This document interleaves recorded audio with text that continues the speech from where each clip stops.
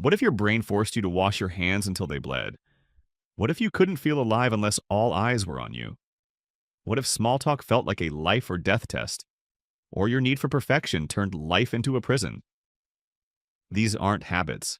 They're real mental battles. OCD, HPD, SADD, and OCPD. Let's dive into the minds where chaos never sleeps. Number 1, the war against wrinkles. You've just folded your shirt. It's perfect, except it's not. One corner isn't aligned. So you unfold it. Fold it again. Still not perfect. Welcome to APSM Arranging Positioning and Symmetry Mania. This isn't about being tidy. It's about compulsions so strong, they hijack your entire day. Studies show people with APSM have heightened activity in their anterior cingulate cortex, the brain's error detector. Translation: your brain screams wrong, wrong. Wrong at every crooked picture frame and asymmetrical sandwich cut. Irony alert perfection is impossible, but try telling that to a brain running on symmetry mode. Number 2, the infinite loop in your head. Imagine you're leaving your house. You lock the door. Take 3 steps and then, wait, did I really lock it? Back you go. Lock, unlock, relock. Rinse and repeat until your brain decides you're safe, except it never does. This is life with OCD, obsessive compulsive disorder. Not just a need to be neat, but a full-blown brain glitch where intrusive thoughts loop like a cursed Spotify playlist. Neuroscientists link it to hyperactivity in the orbitofrontal cortex and caudate nucleus. Basically, your brain's error-checking system refusing to shut up. It's like your smoke detector going off because you thought about smoke. The worst part? You know it's irrational. But your brain's threat response doesn't care. So next time someone jokes, I'm so OCD because I like clean desks, remember, real OCD isn't quirky. It's a mental prison with endless replays. Number 3, the 500 tabs open phenomenon. Imagine your brain as a browser with 500 tabs open. Some are playing music, one's on fire. That's ADHD, attention deficit hyperactivity disorder. It's not just being distracted. ADHD brains have dopamine regulation issues, making it harder to prioritize tasks. So your focus jumps like a caffeinated squirrel. Irony hyperfocus can happen too, where you're so locked in the house could burn down and you wouldn't notice.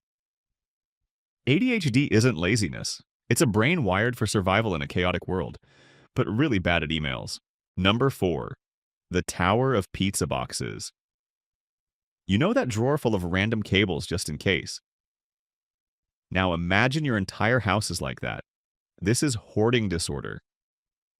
Brains with this disorder show abnormal activity in the anterior cingulate cortex and insula regions tied to emotional attachment and decision-making. To them, throwing out a used tissue feels like losing a friend. And before you judge, remember it's rarely about laziness. It's about fear trauma. And a brain screaming you might need this someday. Number 5, the never clean hands. Paradox, you just washed your hands. Twice. But then your brain whispers, did you miss a spot? What if there's still bacteria? Better do it again. And again. Welcome to the exhausting world of contamination OCD. It's not about being neat, freak, clean. It's about your brain's fear center amygdala hijacking logic and demanding rituals to keep you safe. The cruel twist. Each hand wash gives brief relief, but it strengthens the obsession. More washing, more cracked skin, more anxiety. Psychologists call it the compulsion cycle, like fighting a germ army that only exists in your head. And guess who wins? Not your poor bleeding hands. Number 6, the adult ADHD chaos loop. You're paying bills, or trying to. Then your brain, wait, did you reply to that email? Oh, look, a cat video? Oh, no, laundry. 3 hours later, nothing's done. ADHD in adults isn't quirky forgetfulness.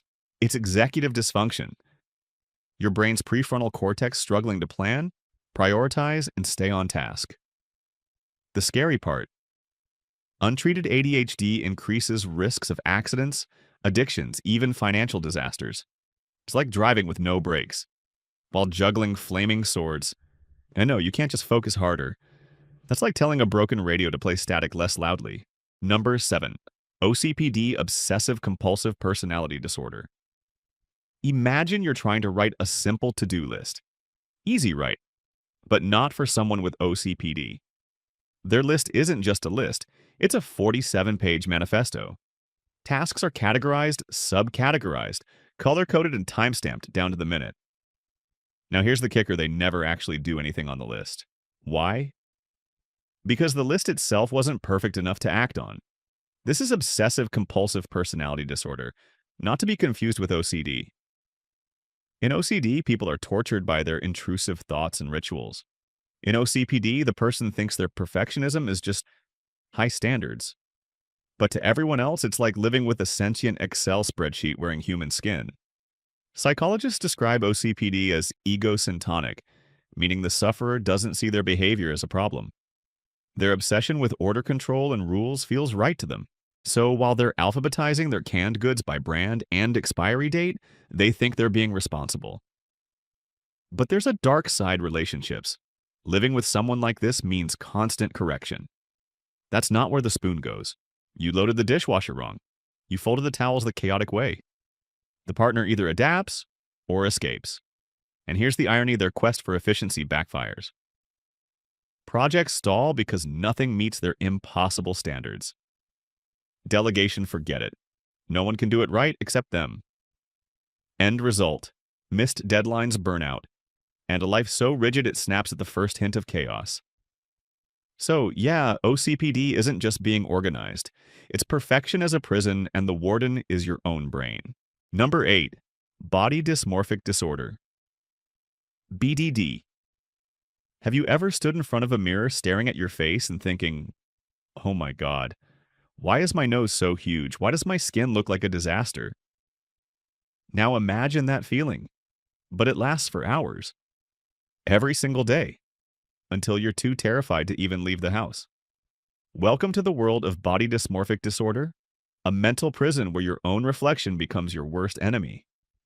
And no, this isn't your typical, ugh, I look bad today moment. This is a monster in your head whispering nonstop. They're all staring at you. They're laughing behind your back. Fix it, cover it, hide it. So what does science say? Brain scans show people with BDD have overactive orbitofrontal cortexes, causing them to zoom in and exaggerate even the tiniest detail. A tiny pimple. To them, it's a volcano on the moon. And that's how they get stuck in a toxic loop, obsessively checking mirrors, covering flaws with makeup like armor, avoiding photos like they're cursed, canceling plans because I look too ugly today. Some turn to cosmetic surgery, but after fixing their nose, they hate their chin. Fix the chin, and suddenly their eyes look weird, and on it goes, flaw after flaw after flaw. The worst part, BDD doesn't just wreck self-image, it wrecks lives. Friends get exhausted, partners feel shut out, work, school, even dreams are derailed by the fear of being hideous. But here's the good news: cognitive behavioral therapy can help, medications can help, and most importantly, realizing the problem isn't your face, it's the warped mirror in your brain. So, next time you look in the mirror and your brain whispers, "You're hideous," say this back: "I'm beautiful. You're just glitching." Number 9. Social anxiety disorder, SAD. Have you ever walked into a room and felt like every single pair of eyes was locked on you? Your brain whispers they're staring, they're judging, your hair's a mess. Your walk is weird. Why are you even here? Now imagine feeling like that, not just sometimes, but every single time you're around people. That's social anxiety disorder, or as I call it, public speaking mode on permanent loop. This isn't just shyness. It's not awkward at parties. This is your brain treating everyday moments like life or death situations. Ordering coffee. Don't stutter. Don't say something dumb. They'll remember forever if you do. Phone ringing. Nope, can't answer. What if I sound weird? Let it go to voicemail, walking past people. They're laughing. Was it at me? What's wrong with my face, my walk? Everything inside your head, your amygdala, that little fear center, is firing like crazy. Your heart races, your palms sweat, your voice shakes. And your logical brain? Yeah, it's taking a nap. So you start avoiding things. Parties, presentations, even texting back friends. Your world gets smaller, safer, but also lonelier. The good news. This isn't permanent. Cognitive behavioral therapy can help your brain chill. Medications can calm the fear loop. And most people, they aren't judging you. They're too busy worrying about their own awkwardness. So next time your brain says they're all watching you, try whispering back. Plot twist, they're not. Number 10. Histrionic personality disorder. Have you ever met someone who can turn even the most boring Tuesday into a full-blown drama? Like, the Wi-Fi goes out for 5 minutes and suddenly it's the worst day of my life. Or they walk into a room and somehow all the attention shifts to them. Welcome to histrionic personality disorder, or HPD for short. The personality glitch where your brain decides life isn't worth living unless you're the center of attention. And no, this isn't just loving compliments or being a little extra. This is main character energy, with the emotional volume knob cranked up to 11. Here's what it looks like. At parties, they're the storyteller, the performer, maybe even the one crying in the bathroom for dramatic effect. Outfits flashy, bold, sometimes so over the top, you're not sure if it's a fashion statement or a cry for help. Minor problems, full emotional breakdown. And no, they're not faking it.